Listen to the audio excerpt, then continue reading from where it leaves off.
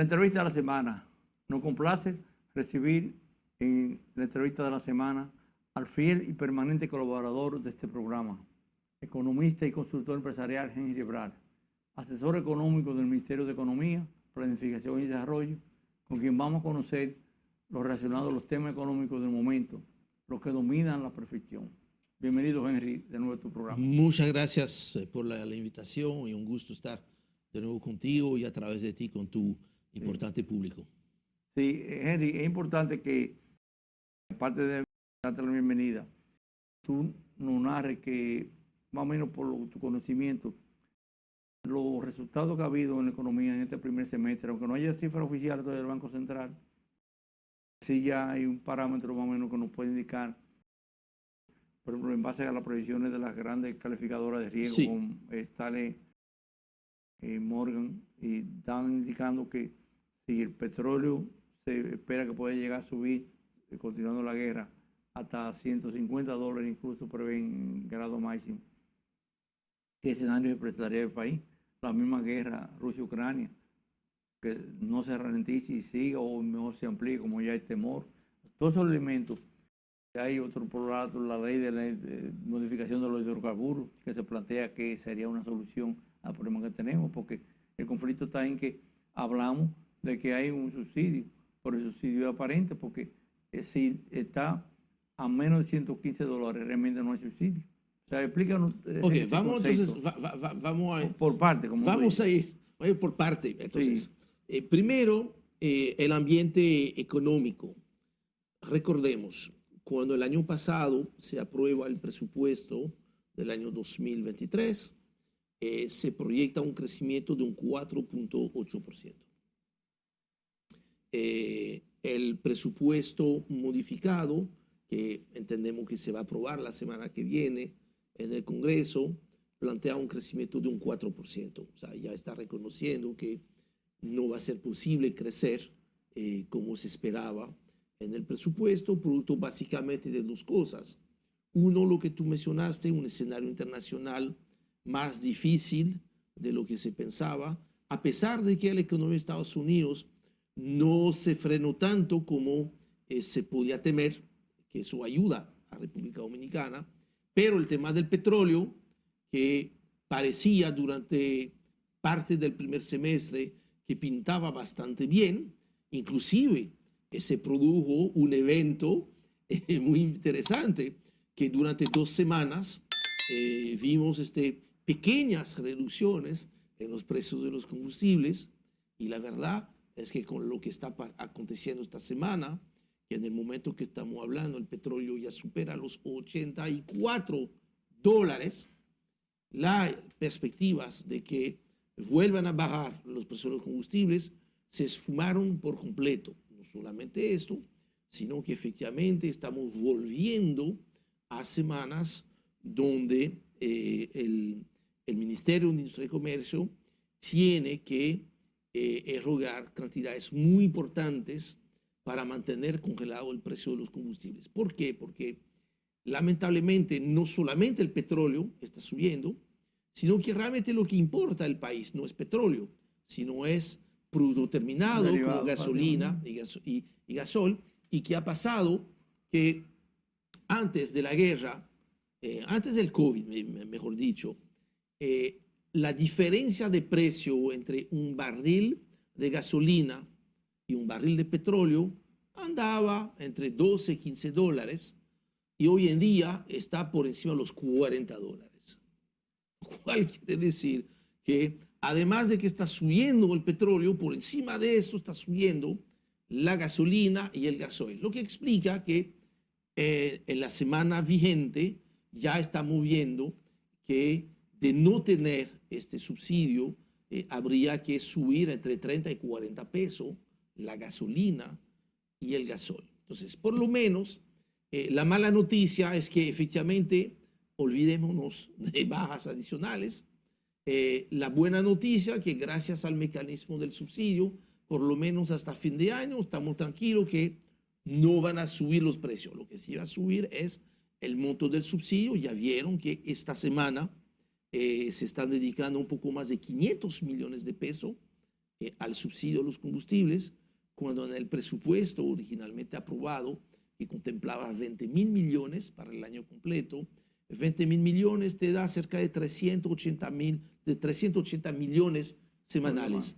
Ya estamos por encima. Entonces, eso es un tema. El tema del crecimiento, ¿qué pasa? Cuando tú ves el resultado de la economía hasta mayo, tú tienes dos formas de verlo. El crecimiento acumulado es de apenas 1.4%. O sea, claramente un crecimiento decepcionante que se explica en esencia porque para luchar contra el tema de la inflación, las autoridades desde final del año 2021, ¿verdad?, empezaron a subir las tasas de interés y como todo el mundo lo sabe, al subir la tasa de interés tú logras tumbar la inflación, pero eso tiene un daño colateral importante, es que se frena las actividades económicas. Y pero eso, debe decir, es que yo no entiendo ese concepto porque partiendo del escenario internacional que la Reserva Federal de Estados Unidos ya esta semana volvió a subir el índice del costo de dinero. Lo que yo entiendo entre lo poco que uno aprendió en la economía, las otras economías que uno dio en la universidad, es que si tú aumentas el costo de dinero, eso me genera inflación porque tú tienes que comprar materia prima más cara, tú tienes que pagar préstamos más caros. Entonces, ¿cuál es un contrasentido? A ver. Analízame ese punto, porque yo no entiendo. Tú tienes parcialmente razón. Tú tienes parcialmente razón. Efectivamente, el hecho de que suba la tasa de interés te encarece el costo de las cosas que tú financias. Una empresa, o mejor, un hogar, que tiene que financiar un motor, un vehículo, un apartamento, una casita, pues cuando la tasa de interés subió de 3 a más de 8%, pues la cuota mensual que costaba 4.000 pesos quizás se fue a 12.000 pesos. Entonces, esto te está generando inflación a ti, o sea, tu inflación de tu hogar. Sí. Tú, bueno, pero ¿cuál es el efecto de eso? Que esos 8.000 pesos que tú antes no pagabas de intereses, y ahora tú pagas de intereses, tú ya no lo tienes disponible para comprar otras cosas. Salen de la economía, entonces, baja la demanda y se supone que al bajar la demanda empiezan, si no a bajar precios, por lo menos ya no van a seguir subiendo los precios. Y es lo que ha pasado, que tú ves que efectivamente en algún momento la inflación, últimos 12 meses, llegó en mayo del 2021 a un 10.5% y más en el caso de los alimentos, que fue otro problema. Hoy en día, con la última lectura que dio el Banco Central, con las cifras del mes de julio, una inflación mensual de 0.45%, y ya últimos 12 meses está debajo del 4%. Esto abre la oportunidad para que haya una nueva baja de las tasas de interés. Yo creo que ya en República Dominicana, por dos razones. Primero, porque ya el tema de la inflación ya no preocupa tanto a las autoridades.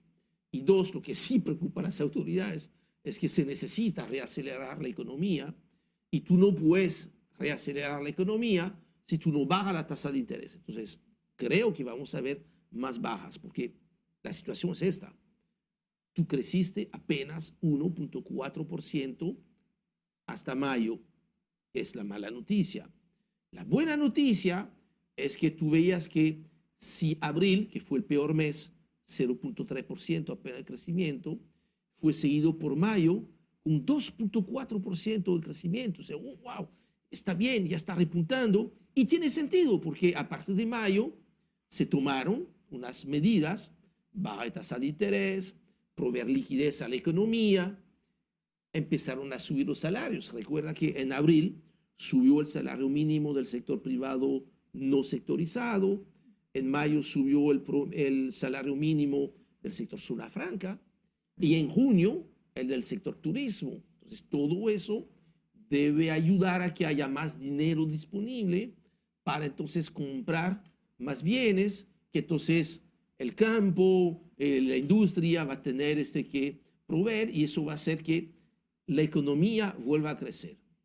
Y sin embargo, tuvimos la muy, pero muy mala sorpresa con el último comunicado de la Junta Monetaria, dio a conocer la cifra de crecimiento del mes de junio, que según, pero no tenemos los detalles, que según lo que ha publicado el Banco Central, la economía recayó completamente y apenas creció un 0.1%. Oscar, quiero decirlo con mucho cuidado. Sí.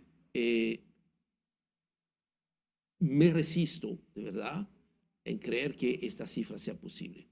Porque yo te voy a decir una cosa, tú ves todos los indicadores que te permitían explicar que la economía había crecido 2.4% en mayo. En anterior. Todos esos indicadores mejoraron en junio y sin embargo el resultado es que junio fue el peor mes de todo el año y que con eso entonces cerraríamos el primer semestre con un crecimiento de apenas 1.2%, que a menos que haya una recuperación violenta, extraordinaria del sector de la construcción, que es el sector que más está lastrando la economía, va a ser muy, pero muy difícil llegar al objetivo del 4% de crecimiento. El 4.1, creo que entonces, yo quisiera ver, yo espero, vamos a esperar en las publicaciones, los detalles que puede dar el Banco Central, pero creo que ya mucha gente está cuestionando. Pero hay un asunto, esto hay que verlo, Henry, aunque uno no quiera, economía internacional, es toda una mezcla, un torbellino. Mira lo que hay. Por ejemplo, a nivel de tú dices, ok, la gente no tiene más dinero para consumir, eso debe supuestamente bajar la inflación.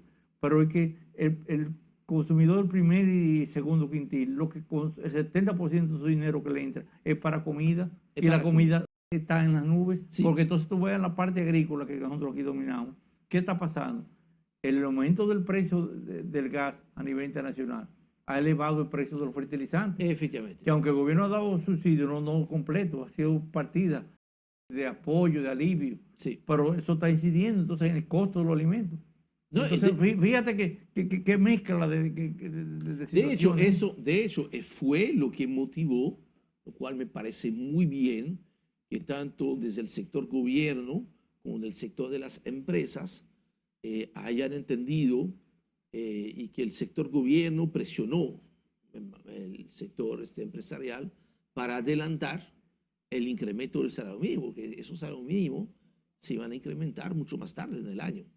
Se adelantó porque efectivamente la gente no estaba con la capacidad ya de poder, en caso de lo que tú dijiste, quintil 1, quintil 2, donde prácticamente en tiempo normal el 50% del presupuesto se va en la comida, no solamente la comida en la casa, sino que por el modo de vida y el trabajo, cada vez más la gente tiene que comprar comida en la calle, y esta comida también en la calle ha tenido incrementos importantes. Entonces,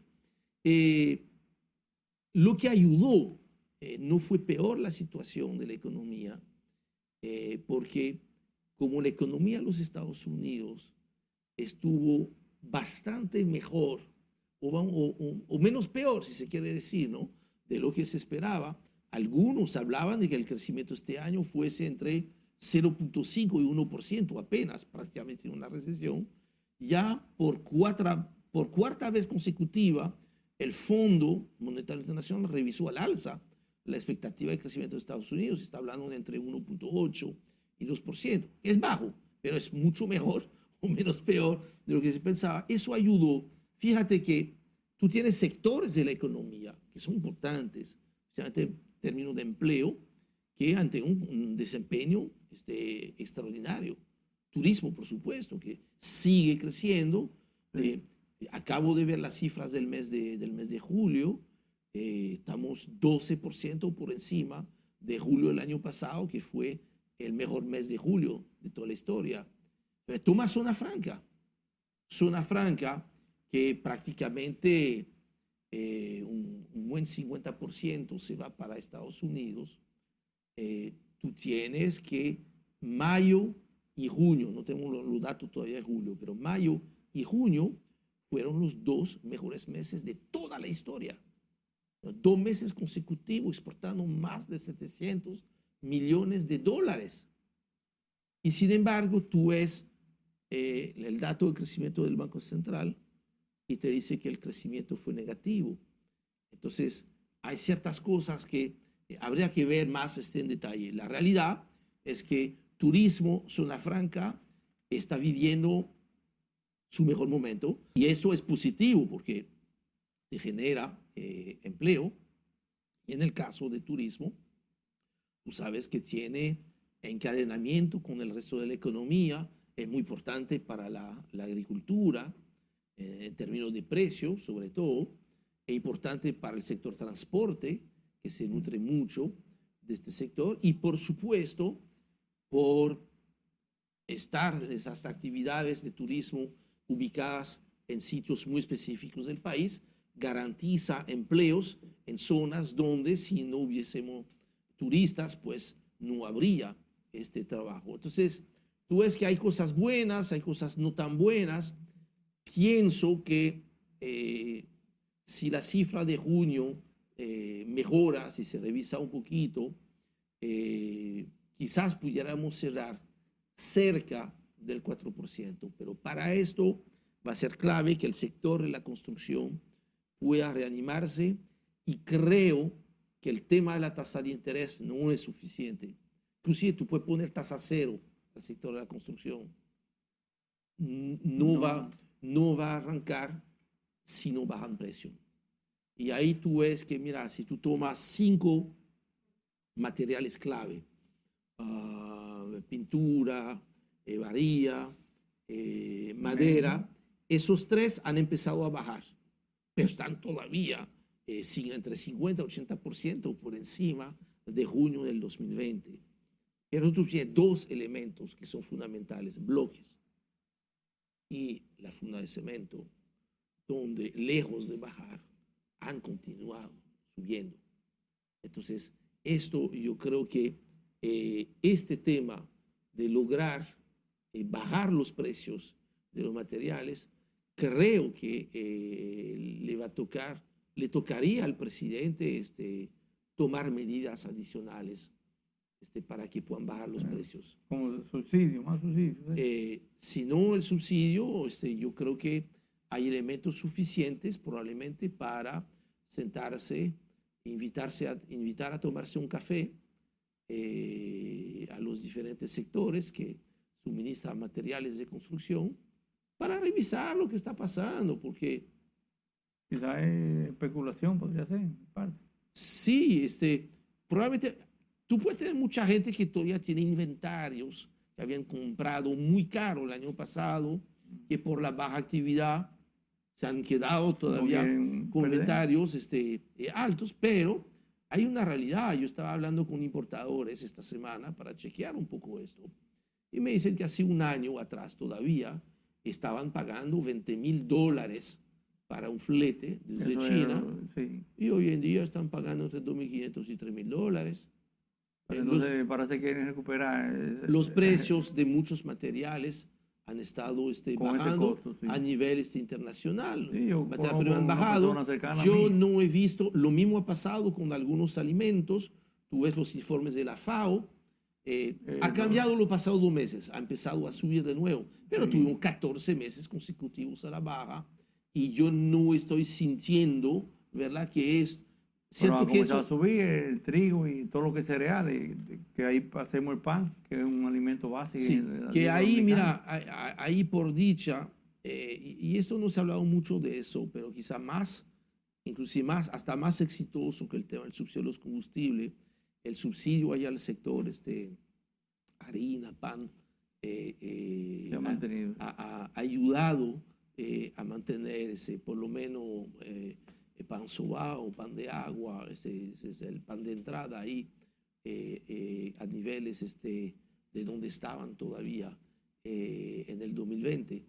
Pero es que son tantas cosas, yo no sé. Pero mira, y por encima de eso, recuerden, iba relativamente bien algunos precios agrícolas, pero Fiona descuadró unos elementos importantes. Mira el plátano. El plátano se llegaron a vender hasta 35, 40 pesos a la unidad. ha bajado el precio, es verdad, pero todavía está muy por encima de precios, vamos a decir, normales, entre que Pero 12, 13, 14 pesos. Yo vivo comprando en el supermercado con mi esposa, qué sé yo, y el otro día, Henry, no tengo los números así precisos, pero recuerdo así como referente a 2 años atrás, la pandemia, un galón de aceite normal de soya te costaba entre 550 y 650 pesos, con especial o sin especial. Y ahora cuando voy esta semana, hace una semana, y compro un litro, casi 300 pesos, 280 pesos, o sea, la cuarta parte prácticamente, Creo de que aceite de soya. no, ahí es Corriente, o sea, que no ni siquiera de aceite de maíz. pero ahí lo mismo. Entonces, tú dices por qué que estamos en una situación. Ahí lo mismo, las mismas razones que pudieron haber explicado o justificado los incrementos de precio cuando lo hubo, porque efectivamente los precios se habían disparado, los fletes se habían disparado. Esas mismas razones, al desaparecer, deberían de justificar que algunos precios empiecen a bajar. Creo que ahí, como ha funcionado en otros momentos, le tocaría ahí y es fácil, un par de llamadas.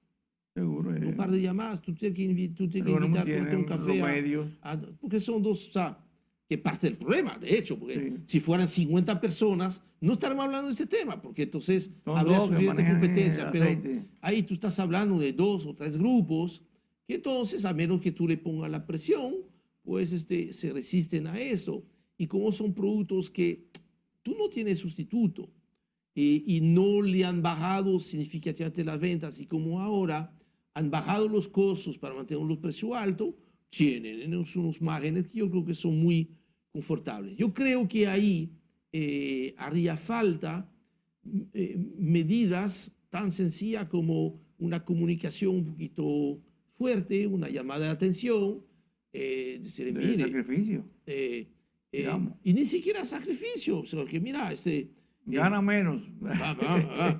Vuelve a ganar porque, y tú sabes que este tema no es solamente aquí, en todas partes se vio que ha habido un efecto de oportunidad, un oportunismo por parte de las empresas de manera general de aprovechar esta inflación para entonces aumentar un poquito más de lo que realmente aumentaron los costos. Sí, y poder, entonces, la expectativa de que va a subir más, entonces se montan. Y tú lo estás viendo de una manera muy sencilla. Tú ves las declaraciones de renta de las empresas aquí, allá, en todas partes, tú ves que efectivamente las empresas están teniendo en 2022 y 2023 niveles de ganancia muy superiores a lo que acostumbraban tener. Entonces yo creo que eso es un tema es muy sensible, pero hay que reconocerlo, los precios pudieran bajar un poquito más, y yo creo que ahí hace falta quizás una llamada fuerte de atención o un café cordial. No, seguro. Pero Henry, yo doy un poquito a lo que es la micro, como dice, lo que es inside, la política estatal de endeudamiento, referida a lo que es, por ejemplo, la parte de presupuesto complementario que acabamos de preaprobar ya. Pero entonces un presupuesto complementario que lo que te da un 3% para obra de capital y el 97% para gasto corriente. No, a ver. Explícame, eso ahí como que hay un desfase, no le veo. El presupuesto complementario o modificado, o sea, que no se llama complementario esta vez, pues eso es lo mismo. Contempla incremento de gastos, incremento de ingresos, un pequeño incremento del déficit. Estamos hablando de 14.000 millones de pesos más de déficit, que pasa de 3 a 3.2% del PIB. No es significativo. Ahora, obviamente, esto es tomando en cuenta los famosos 25.000 millones que adelantaron los bancos. La entidad hasta el 2031. Excluyendo este efecto, realmente estamos hablando de 39.000 millones de pesos de incremento de déficit, ¿no? Ahora, hay un incremento de unos 60.000 millones de pesos en gastos, un poquito más de 60.000 millones, y ahí principalmente de esos 60 y 40, más de 40 que son para aumentar el gasto de capital. Aumentar el gasto de capital para que llegue a 2.8% del PIB, que es un nivel relativamente alto comparándolo con inclusive los años antes del COVID. ¿Cuál es la intención?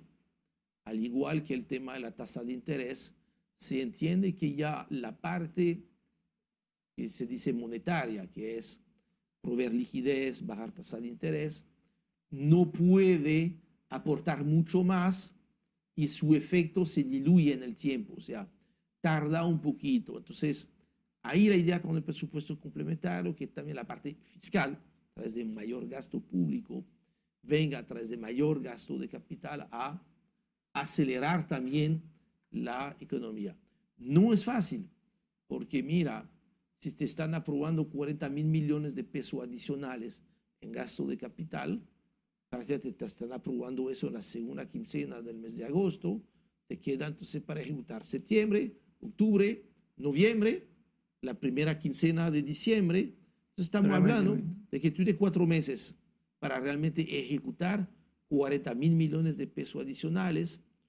No es tan sencillo, pero sí va a ser otro elemento clave para que se pueda llegar a la meta. Lo importante es que aunque hay un aumento del déficit, no habrá un aumento del financiamiento necesario, porque ahí yo creo que ha sido uno de los resultados buenos de esta administración, poco discutido, poco comunicado, creo que no fue suficiente comunicado, que han sido esas 3 negociaciones con los acreedores que ha permitido diferir para más tarde deudas que vencían muy temprano, este año, el año que viene, y bajar tasa de interés, porque ahí se han reemplazado papeles de Hacienda que pagan 14, 15%, se ha sustituido por otros papeles que pagan 8, 9, 10, de cualquier modo, de menos. O sea que ahí había un ahorro que ha permitido, pues,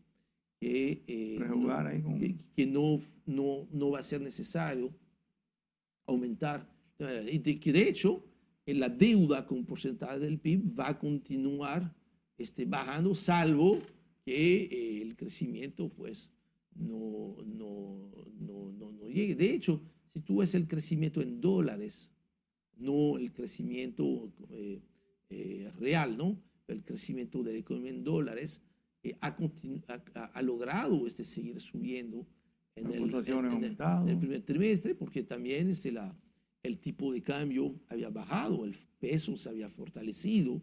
En las pasadas semanas vimos que bueno, ya han pedido otra vez de nuevo. Que es el movimiento, vamos a decir, normal, ¿no? Pero es un año muy retador y te dice también que, mira, hay más con un petróleo que lejos de bajar está subiendo. Se proyecta un muy bajo crecimiento en Estados Unidos el año que viene. Estados Unidos está entrando también en zona de mucho nerviosismo por la campaña electoral. Estamos viendo que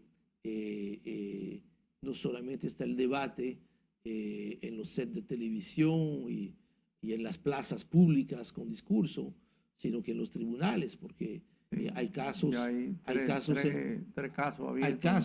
abiertos contra Trump, hay casos ya que se están abriendo en la familia Biden, con parece asuntos muy serios. Entonces, la verdad que se ve un panorama un poco turbulento todavía, y a pesar de eso, pues, si comparamos República Dominicana con el resto de la región, pues mira, nuevamente República Dominicana habrá sido uno de los países que mejor habrá salido de ahí, aunque efectivamente vamos a terminar con un crecimiento bajo dentro de lo que estamos acostumbrados de 6, 7, 8. Fuera de época de crisis profunda, como fue el caso del COVID, obviamente. Sí. Henry, acudiendo a tu capacidad de síntesis, en estos 3 minutos que nos quedan, no quiero que dejemos tocar un tema que me pareció interesante. La parte de proyecto Santo Domingo 2050. Ah, qué bueno, sí. Con un componente agropecuario que tiene. Explícanos un poco eso. Sí, mira. ¿Qué es eso? Una iniciativa que nace de una conversación entre el presidente Luis Abinader y el senador Antonio Taveras Guzmán, durante la campaña. De hecho, estaban en la circunvalación y hablando de quiénes son sus terrenos, qué se va a hacer, cómo desarrollar, cómo crear desarrollo. Y ahí se ha identificado muchas propiedades del Estado, terrenos. Circunvalación sur, la que entra Estamos hablando desde por la 6 de noviembre básicamente y sale a la autopista del Duarte. puerto de Jaina hasta el puerto de Caucedo. Okay, todo ese arco. Este arco, que es lo que llamo la circunvalación. Alrededor de esto se han identificado más de 40 millones de metros de terrenos, propiedad del Estado, donde la idea es ir desarrollando parques de actividades que van desde zona franca, vivienda, desarrollo agropecuario, generación de energía, pero también actividades de deporte. Ahí vemos la posibilidad de que se pueda construir el gran estadio que se merece la República Dominicana, pensando ya en béisbol de grandes ligas y todo esto. Okay. Estamos hablando de la posibilidad de tener parques temáticos como los hay en Orlando, como los hay en París. Estamos hablando de la posibilidad de desarrollar grandes parques de vivienda. Entonces estamos hablando de ahí realmente de crear no crecimiento económico, sino desarrollo. O sea que la provincia de Santo Domingo, a pesar de estar pegadita del distrito, de ser la provincia de mayor población, porque tú tienes prácticamente más del 25% de la población del país se concentra en esta provincia que consta de 7 municipios y 8 distritos municipales, tiene índice de desarrollo humano muy por debajo de donde debería estar por sus condiciones. Y especialmente en el caso de la salud, es la provincia, dejó el último estudio que hizo el PNUD, era la peor provincia de todo el país, peor inclusive que las provincias fronterizas. Entonces, algo ilógico.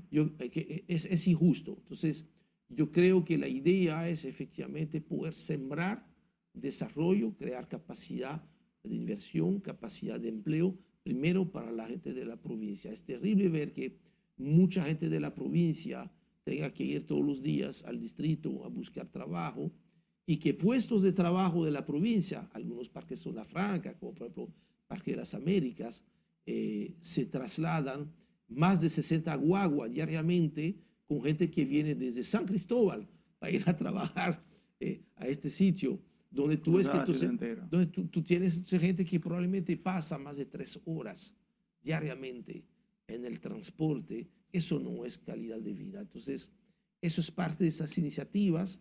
Esperamos en los próximos días, quizás esta misma semana, la firma del decreto presidencial que crea el fideicomiso público Santo Domingo 2050, donde se van a resguardar esos terrenos para evitar lo que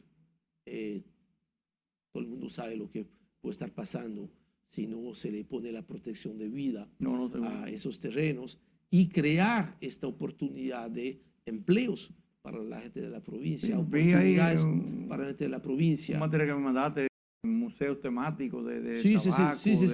Hay un master plan conceptual que se ha ido haciendo. Complementa con el turismo una vez. Completamente. Y además de obras de infraestructura grande, porque ahí estamos hablando de soluciones de transporte con el tren, estamos hablando de mejorar las infraestructuras de agua, que es un gran problema, un gran reto para este proyecto. Esto probablemente va a permitir rescatar iniciativas que se habían pensado hace 10, 15, 20 años atrás, pero que nunca había habido la imperiosa necesidad de hacerlo. De eso se trata Santo Domingo 2050 y creo que tendremos la oportunidad de entrar más en detalle en las próximas semanas cuando el presidente... Queda el reto de que en las semanas que próximas podamos abordar más eso, con más profundidad para analizarlo con más detalle y poder dar a conocer esta novedad al país. Con mucho gusto. Gracias, Henry, gracias a ti por la invitación. Un placer siempre estar contigo y con tu gente. Tú sabes que yo me crié en el campo en Francia, entonces yo No, Yo seguro, sí, guardo ya una conté. simpatía muy especial con el campo dominicano, que yo creo que es uno de los pilares fundamentales para Maravilla. seguir el desarrollo económico Seguro. del país. Necesitamos producir. La FAO dice que para los próximos 10 años el mundo tiene que incrementar en más de un 50% la producción de alimentos. Una parte de esos alimentos tendrá que venir de la República Dominicana. Sí, tenemos esa suerte que todos, por lo menos producimos comida. Yo creo que sí. Sí. Muchas gracias a ti. Bien, gracias a ti. Amigos, con la entrevista concluimos el programa. Muchas gracias por su atención. Le esperamos el próximo sábado a esta misma hora.